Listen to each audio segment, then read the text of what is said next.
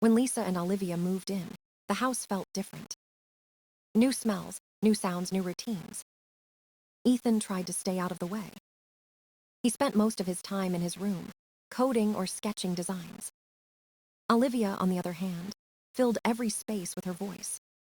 She laughed loudly, played music, complained when things weren't her way. At first, I thought it was normal teenage noise. She called Ethan boring because he didn't talk much. He just smiled politely and went back to his screen. I thought they'd eventually learn to get along. Lisa was thrilled to see us together as a family. She cooked dinners, planned movie nights, tried to blend our worlds. But it wasn't blending, it was slowly breaking. Olivia kept finding reasons to be near Ethan. She'd sit next to him on the couch, even when there were other seats. She'd knock on his door, asking to borrow things she never returned. Sometimes I'd walk past his room and hear her voice inside. Ethan always looked uncomfortable, shoulders tight, eyes down. One night, I caught her sitting on his bed while he typed homework. She smiled and said she was just talking. Ethan didn't even look up. I told her to give him space, but she rolled her eyes. "He's not my dad," she muttered. Lisa brushed it off as teen drama. She said Olivia just needed time to adjust. But Ethan started leaving the house more often. He stayed late at the library, even though he had a computer at home. He volunteered to go grocery shopping, which he never used to do. I asked him once, "Everything okay, son?" He hesitated, then said, "Yeah, just busy." But his tone said something else. At dinner, he barely spoke. Olivia teased him, saying he acted too grown-up. He stayed silent, chewing slowly, avoiding her eyes. After dinner, he disappeared into his room again. I started to notice how quiet he'd become. He wasn't drawing anymore. The lights in his room stayed off most nights. Lisa and I would watch TV, pretending everything was fine. But something was clearly wrong. Then one evening, during a walk with the dog, Ethan finally spoke. "I don't like being around Olivia," he said softly. I stopped walking. "She makes me uncomfortable." I asked what he meant. "She's always staring at me, touching my arm, my hair. It's weird." I felt a sharp knot in my stomach. I told him I'd talk to Lisa. That night, I brought it up carefully. Lisa laughed at first. "Come on, they're teenagers. She probably sees him like an older brother." I didn't laugh. Something in Ethan's face earlier haunted me. I told her it felt off. She sighed and said I was overthinking. So I let it go. That was my mistake. Because in the weeks that followed, Olivia's attitude changed. She became cold whenever Ethan ignored her. She slammed doors, called him rude, said he thought he was better than her. Lisa scolded her gently, but never seriously. I tried to keep the peace. But every day, the tension grew stronger. Ethan withdrew further, Olivia grew angrier, and Lisa stopped noticing. What once felt like a new beginning was turning into something darker. Something none of us were ready to face. The house started to feel smaller every day. Silence filled the halls, where laughter used to live. Ethan avoided the living room completely. He waited until everyone was asleep before coming out to eat. Sometimes, I'd find dirty dishes left in the sink at midnight. He barely looked at Olivia anymore. If she entered a room, he left. If she spoke, he stayed quiet. But Olivia noticed his distance and didn't like it. She started throwing small comments, sharp enough to sting. "Guess some people think they're too good for others," she'd say. Lisa told her to stop, but only half-heartedly. She didn't see how serious it was. I could. Ethan looked more tired every day. The spark in his eyes, the one that loved coding, was fading. One night, after dinner, he stood up suddenly. "I'm going for a walk," he said, grabbing his jacket. Olivia smirked. "Who are you walking with? Your imaginary friends?" He didn't reply. He just left. Lisa sighed, frustrated. "He needs to learn how to handle people." I wanted to argue but didn't. I was tired too. The next few weeks felt heavy. Ethan barely spoke. Olivia grew more restless, more irritable. Sometimes I caught her staring at him, eyes cold, lips pressed tight. It wasn't teenage crush energy anymore. It was resentment. Then one evening, I heard shouting upstairs. I ran up. Ethan stood in his doorway, fists clenched, face pale. Olivia stood inside his room, crying. "What's going on?" I demanded. "She just barged in," Ethan said. "I told her to leave." Olivia shouted. He yelled at me for no reason. Lisa rushed in behind me, grabbed her daughter, and told Ethan to calm down. He just shook his head, eyes full of frustration. After that, things fell apart faster. Olivia stopped pretending to be friendly. She rolled her eyes every time Ethan entered a room. She muttered insults under her breath. Lisa tried to talk to her, but Olivia always cried her way out of it. Ethan started sleeping with his door locked. He told me once, "I can't relax around her, Dad." I didn't know what to say.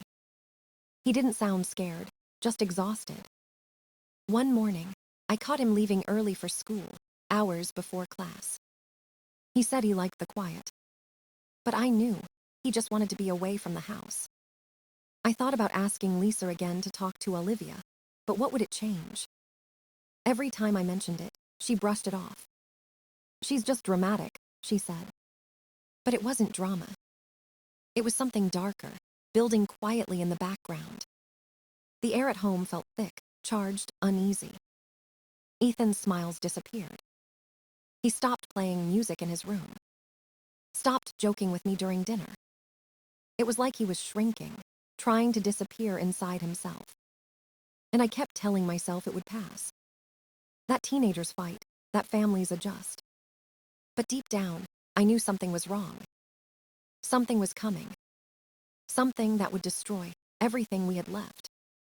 It happened on a quiet Thursday afternoon. The kind of day that starts normal and ends in ruins. I came home early from work. The house was silent, too silent. No music, no voices, just that heavy stillness that means something's wrong. Ethan was in the hallway, sitting on the floor. His face was pale, his eyes red. His phone lay next to him, screen cracked. "Dad," he said, voice shaking. "She told them I hurt her." I froze. "What are you talking about?" "Olivia," he whispered. "She said I touched her." The words didn't make sense. They just hung there, cold and unreal. Then my phone rang. It was the school. They asked me to come in immediately. No explanation, just urgency. When I arrived, Ethan was already in the office. The principal looked nervous, avoiding my eyes. He said there had been an accusation. They were taking it seriously. They suspended Ethan until further notice. I kept saying, "This isn't true. My son didn't do anything." But they'd already made up their minds. Lisa showed up an hour later with Olivia. She wouldn't look at me. She packed a bag and left without a word. I tried calling her all night. No answer. Ethan sat in his room, staring at the wall. "She lied, Dad," he said quietly. "I know," I told him. But knowing didn't fix anything. The rumors started the next day. Someone at school leaked the story. By the weekend, everyone was talking. Ethan lost his scholarship offer within days. They sent an email saying they couldn't risk association. His friends stopped texting. One by one, they vanished. He scrolled through his phone, seeing the blocks, the unfollows. "They think I'm a monster," he whispered. I tried to reassure him, but my words felt empty. He wouldn't leave his room anymore. I heard him crying sometimes, quietly, so I wouldn't notice. He deleted his social media accounts. He even wiped his old photos. When I asked why, he said, "It's easier if they forget I exist." I felt helpless. Every door I knocked on, every call I made, ended with silence. Lisa refused to talk. Olivia posted quotes online about speaking your truth. People called her brave. They called my son a predator. The world didn't care about facts, only headlines. At dinner one night, Ethan pushed his food away. "They already decided who I am," he said softly. That sentence broke me. I wanted to scream, to make someone listen. But no one did. The school stayed quiet. The police said there wasn't enough to investigate yet. Meanwhile, Ethan faded a little more each day. The house grew darker, colder. He stopped smiling, stopped dreaming. And I realized something terrifying. It didn't matter whether he was innocent. In their eyes, he was already guilty. And in that moment, I knew this wasn't the end. It was just the beginning of the nightmare. I couldn't sleep anymore. Every night I stared at the ceiling, trying to understand how everything went wrong. Ethan barely spoke. He moved through the house like a ghost. His room stayed dark, his blinds always closed. He didn't touch his computer anymore. I decided I couldn't wait for justice. I had to fight for him myself. I started collecting everything: texts, emails, timelines. I asked Ethan for his phone. He handed it over without hesitation. That broke me more than anything. He didn't even care about privacy anymore. He just said, "Maybe you can prove it." I went through his messages with Olivia. She had been texting him for months. Flirty, strange, desperate. "You looked cute today. I miss seeing you." He never replied. Not once. I printed everything. I built a timeline in a notebook. Every interaction, every strange day. Then I checked our security camera. A small one by the front door. That was when I found something. The day Olivia said Ethan cornered her, he wasn't even home. The footage showed him leaving right after their argument. He didn't return for 2 hours. I felt my heart racing. Finally, something real. I took it to a local lawyer, a man named Chris. He looked through the files carefully. He nodded slowly. "This helps," he said, "but it's not enough." I asked what would be enough. He said we needed proof: confession, witness, or contradiction. I wasn't stopping there. I contacted Olivia's friends. Most ignored me. Some blocked me. But one girl, Chloe, agreed to meet. We met at a park in daylight. She looked nervous, glancing around like someone might see. She said Olivia had been obsessed with Ethan. Talked about him constantly. Got jealous when he ignored her. Once she even said, "If I can't have him, no one will." Those words hit me like a punch. I asked Chloe to write it down, but she refused. Too scared. I didn't blame her. She was just a kid too. But now I knew the truth was out there. I started writing everything down like a case file. Dates, screenshots, quotes, security footage. Every piece mattered. I emailed Lisa again. No reply. I left voicemails, calm at first, then desperate. Silence.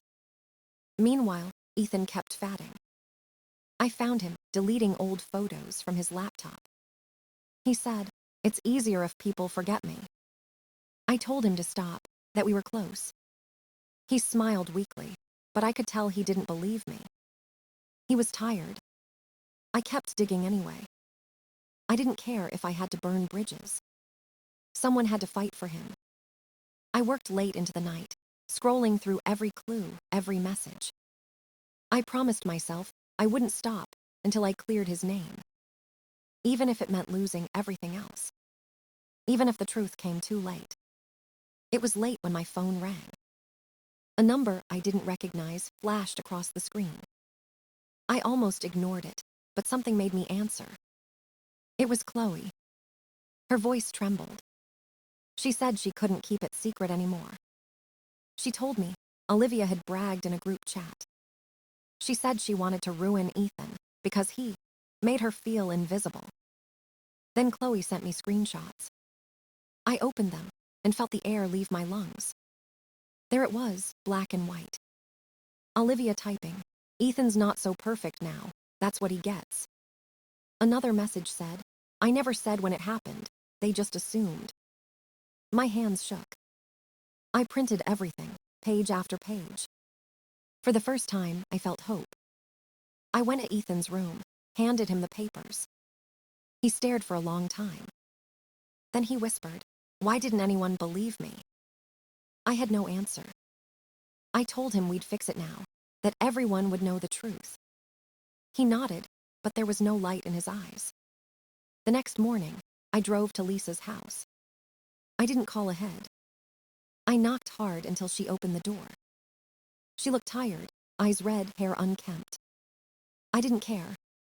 I said, get Olivia. She hesitated, then called her. Olivia appeared, holding her phone, confused. I handed her the folder. Read it, I said. Her eyes moved across the pages. Her face turned pale. Lisa leaned over, reading beside her. What is this? She whispered. Proof your daughter lied, I said. Silence filled the doorway. Olivia started crying, real tears this time. Lisa collapsed onto the steps, whispering, oh my God. I didn't wait for excuses. I turned and left. I didn't want their guilt. I wanted justice. I went straight to the school. I threw the papers on the principal's desk. He read them, stammering apologies. He said they'd review everything immediately. I told him it was too late. My lawyer said we had a case now. Defamation. Negligence. Wrongful action. We were ready to fight. But that night, everything stopped. Ethan's door was locked. I knocked once, twice. No answer. I called his phone. It rang from inside. I broke the door. He was gone. Quiet, peaceful, still. A note lay on his desk. Thank you for believing me, but I'm too tired. I just want to rest. The words burned into my mind. I fell to the floor, holding him, begging him to wake up. But he was already free from all of it. The sirens came, then silence. The truth had come out, but it was too late. Olivia confessed everything. Lisa cried for forgiveness. The schools sent a letter, calling it a policy failure. None of it mattered. The world finally knew he was innocent. But the one person who needed to hear it the most was already gone. The house was silent after the funeral. Too clean, too empty, too still. Ethan's room stayed exactly as he left it. The chair pulled out, the blanket on the floor. His laptop still open on that unfinished project. The screen frozen on lines of code that would never run again. Lisa sent flowers. I threw them away. I couldn't stand the sight of them sitting on his desk. The school emailed an apology. They called it a policy failure. They said they'd learn from it for the future. Future? What future? My son didn't have one anymore. Olivia was suspended for a few weeks. Then she went back to school like nothing happened. I heard she didn't talk much now. No more laughter, no more loud jokes. Maybe she finally understood. Or maybe guilt was her new cage. Lisa tried reaching out again, but I ignored her. There were no words left that could fix this. The lawsuit went nowhere. The school hired expensive lawyers. Their statement said they acted within procedure. The judge dismissed half the case. He said no money could replace a life. He was right. But it wasn't about money. It was about accountability. And no one was held accountable. Not the school. Not the students who spread rumors. Not the people who believed lies over truth. Every one of them walked away. I stayed. I stayed in the house full of silence. I stayed in the pain that never moved. I went to therapy once. The counselor said I should process my grief. There is no process for this. There is only survival. I eat because I have to. I breathe because my body refuses to stop. But I don't live anymore. Sometimes I sit at his desk, scrolling through old photos. Ethan smiling with the dog. Ethan holding his robotics trophy. Ethan laughing at a joke I can't remember anymore. Then I close my eyes and hear his voice. Dad, I didn't do anything. And I whisper back, I know. I always knew. Weeks passed. Then months. Seasons changed, but I didn't. The world forgot. People moved on. But I couldn't. Then one morning, Lisa called again. She said Olivia wasn't doing well. Nightmares. She saw Ethan in her dreams, standing in silence. No anger, no shouting, just looking at her. She wakes up crying every night. Lisa said they're both in therapy now. She wants to hold a memorial for Ethan. She said it's not about forgiveness, just remembrance. I didn't answer right away. But I keep thinking about it. Maybe he deserves that. A moment where people say his name without shame. A moment where truth finally means something. I don't know if I'll ever forgive. But I'll make sure they remember him. Not the rumors. Not the lie. Just my son. Ethan Miller. The boy who deserved better. The memorial was small, quiet, and cold. A few classmates came, holding flowers and regret. Lisa stood in the back, head lowered, tears streaming. Olivia didn't speak. She just stared at Ethan's photo like it might look back. I stood beside the podium, holding his old notebook. The one filled with his coding sketches and silly quotes. I read one line he wrote years ago.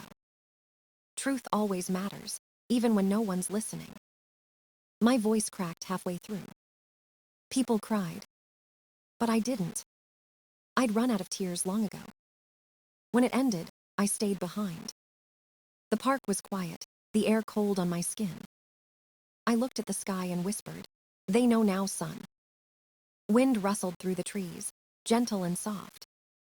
For the first time in months, I felt something like peace. Not forgiveness, not healing, just stillness. I know the pain will never leave. But neither will his memory.